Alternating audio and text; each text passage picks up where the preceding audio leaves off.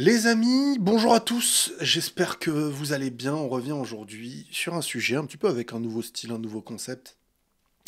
Après les propos d'Éric Zemmour sur la mort d'Abou Bakar, un homme tué dans une mosquée lâchement alors que celui-ci allait aider la personne qui a utilisé d'un stratagème pour le tuer.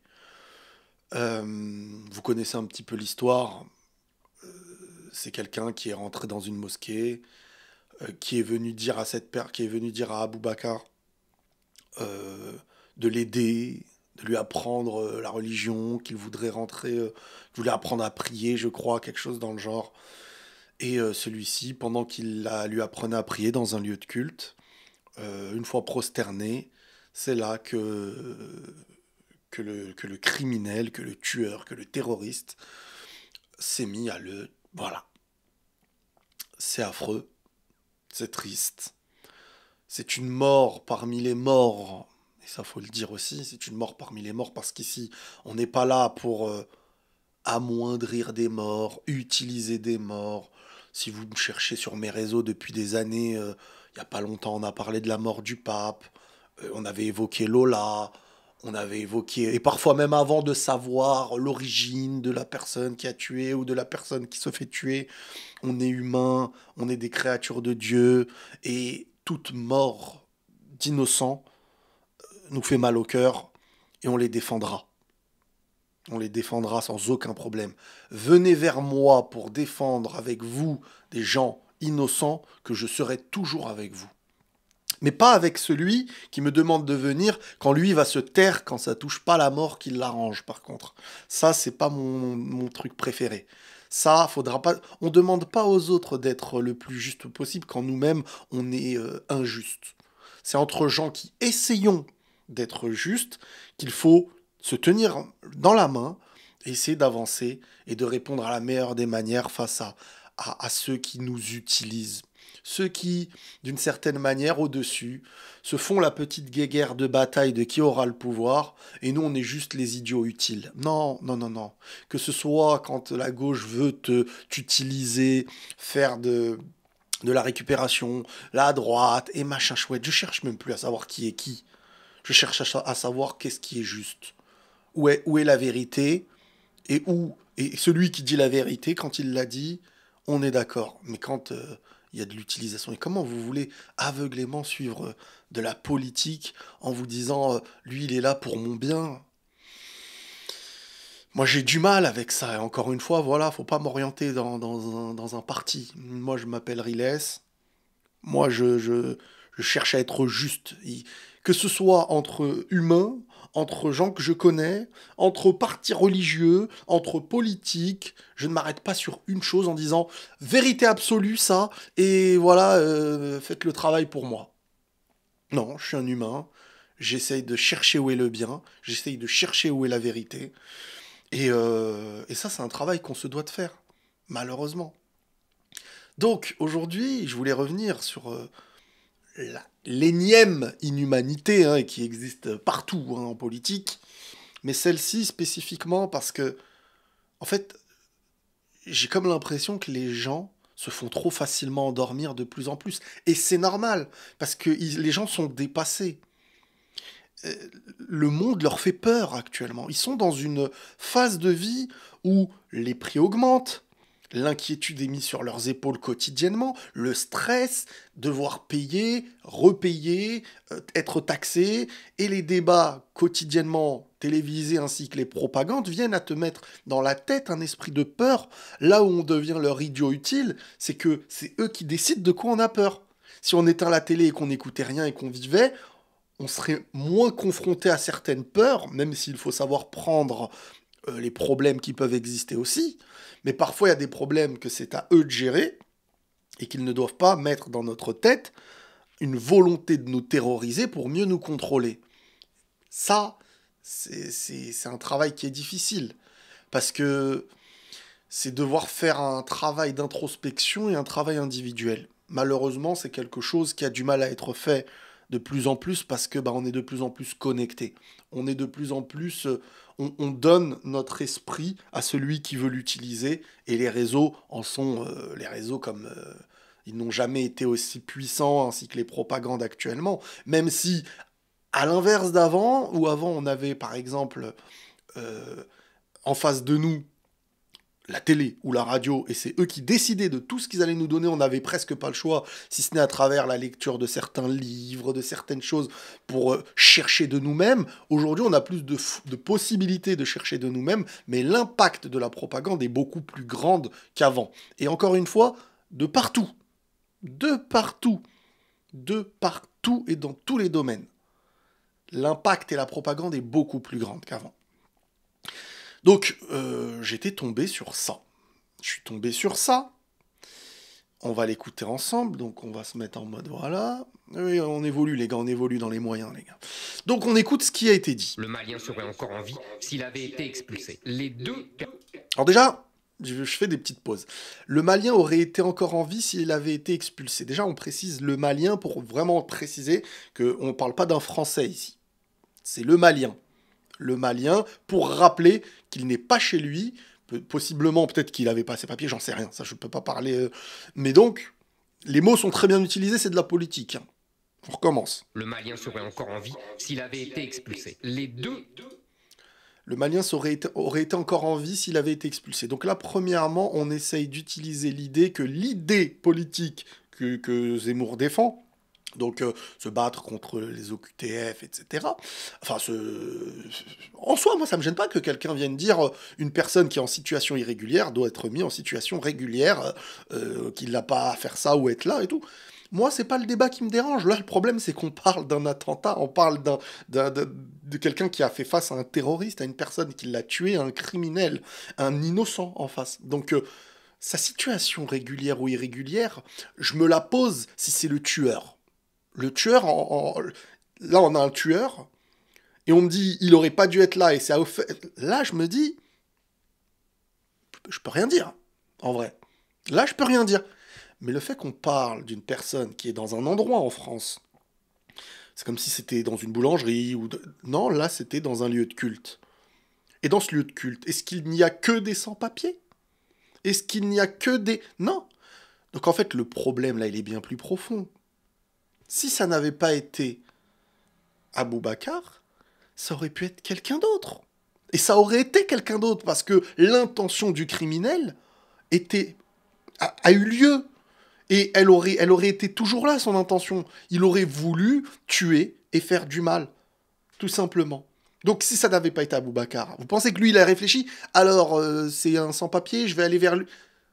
Quelle aurait été la défense d'Éric Zemmour? Cette fois-ci, ça aurait été envers le tueur. Et là, je me dis, pourquoi pas? Mais bon, l'innocent dans cette mosquée, le musulman. Parce que on le sait tous, vous le savez, sauf si vous vous voilez la face. Et il faut se réveiller. Si ça n'avait pas été un musulman, et je dis pas ça dans le cas où le musulman est la seule victime, c'est pas vrai. Mais faut être honnête. Si ça n'avait pas été un musulman, la personne d'Éric Zemmour aurait utilisé d'autres termes et aurait été beaucoup plus dans la défense de la victime. C'est ce que j'appelle de la propagande, de la manipulation, de l'inhumanité. Vous avez le droit de suivre des gens qui font de la propagande, qui créent de l'inhumanité. Vous avez le droit.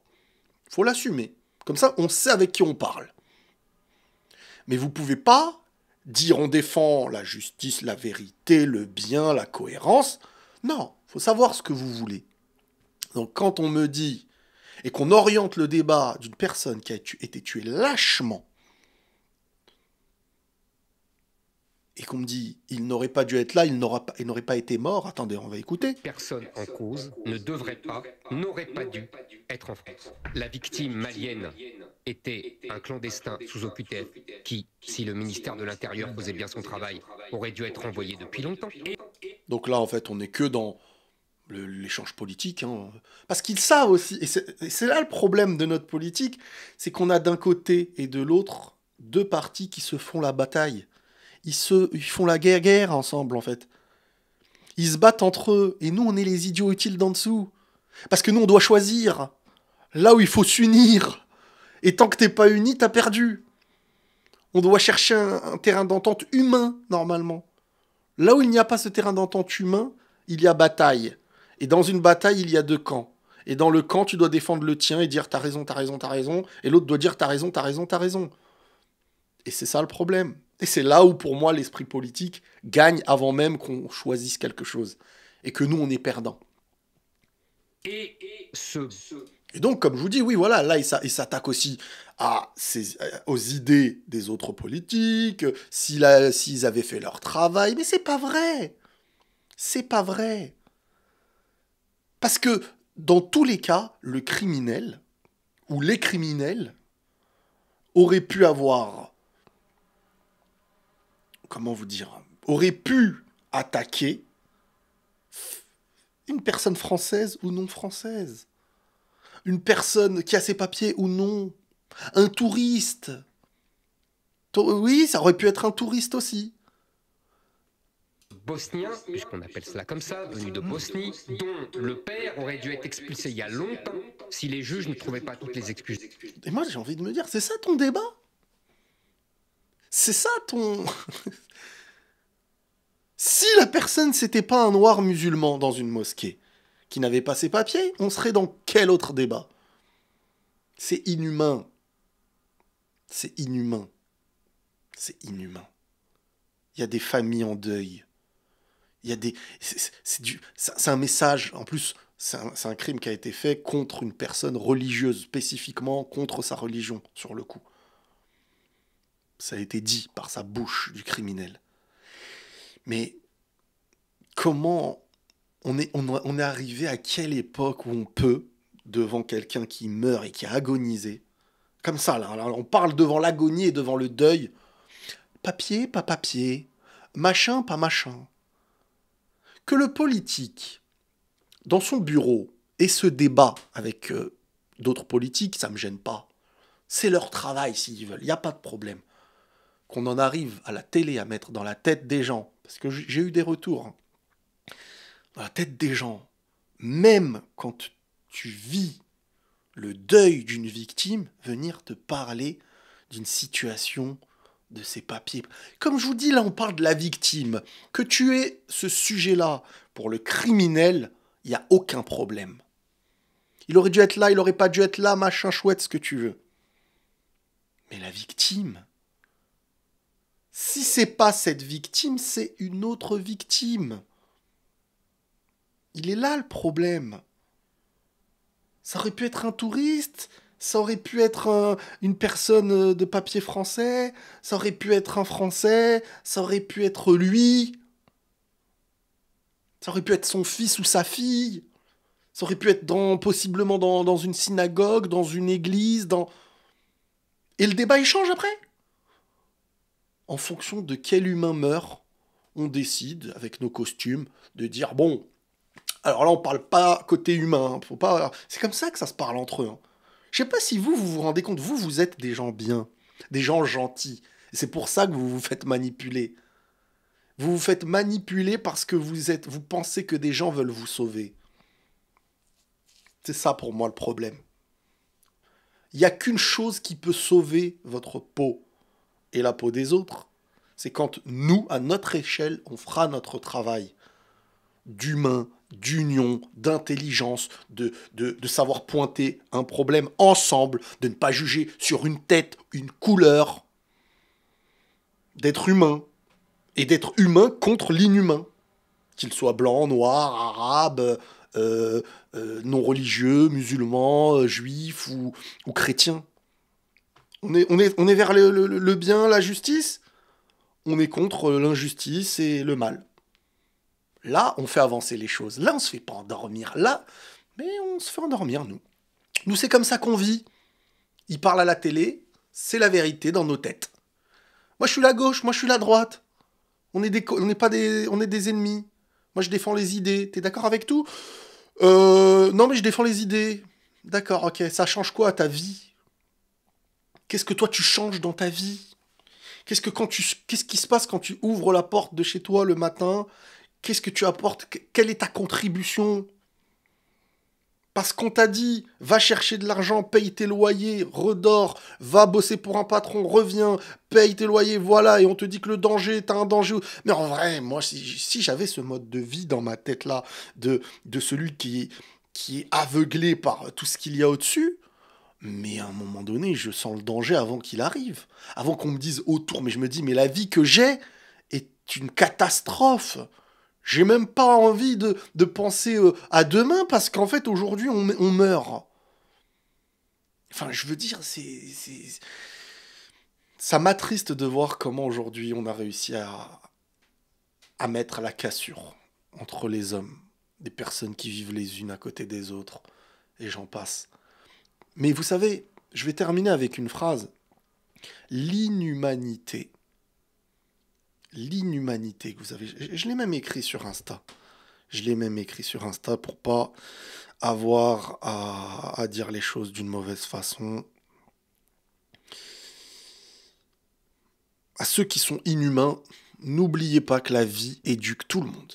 Parce que oui, la vie, elle éduque tout le monde, les gars. Aujourd'hui, tu vois des victimes, tu dis ah bah, je m'en fiche, machin, tu te lèves comme ça, tu lèves tes épaules et tout, mais n'oubliez pas que la vie éduque tout le monde. Sous-estimez la douleur des victimes, des gens justes, et vous comprendrez le jour où ce sera vous, la victime. La vie est ainsi faite. C'est comme ça. Que vous soyez en bonne santé, riche, pauvre, politique, etc., restons humbles et humains. Sinon la chute et le réveil, eh ben, ils seront brutales. Vraiment brutales. On est humain, c'est-à-dire il y a des choses sur lesquelles on ne peut pas négocier. La mort, la vieillesse, sauf si on ne l'atteint pas. Mais il y a des choses sur lesquelles, dans la vie, on doit être humble. Mais on doit voir l'humain, comme une créature de Dieu, comme nous. Nous, on n'est pas au-dessus de l'autre humain.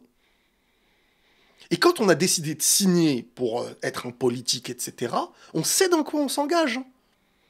On sait dans quoi on s'engage. On va devoir taire certaines choses qui sont humaines parce qu'elles ne nous arrangent pas. Et gauche, droite, machin, c'est pareil. On ne cherche pas ce qui est la vérité, on cherche à faire grandir notre parti. Et vous allez en dessous de ça et vous dites c'est ça notre vérité. C'est que vous êtes aveuglé pour moi. Moi, encore une fois, dans mon entourage, dans mes commentaires, j'ai déjà échangé avec des gens de tous les bords. Moi, j'ai pas la barrière de leur bord. Eux, ils ont peut-être la barrière de ma tronche, de ma foi, de mes origines, peut-être. Mais moi, j'ai pas la barrière de leur bord. Moi, je vois un humain. Et j'essaye de prendre ce qu'il faut prendre. Et de faire grandir ce qu'on peut faire grandir. Et c'est ça qui me permet dans ma vie d'être heureux. J'ai d'autres batailles à mener sur Terre. Un jour, je vis et un jour, je vais mourir. Je cherche à être le plus juste possible. Peut-être que je ne le suis pas. Mais je pense que ceux qui me suivent depuis le début, depuis très longtemps, depuis 2014, avec ma page Facebook, on a parlé de curés qui se sont fait tuer, on a parlé de juifs, de synagogues qui ont été brûlées, on a parlé...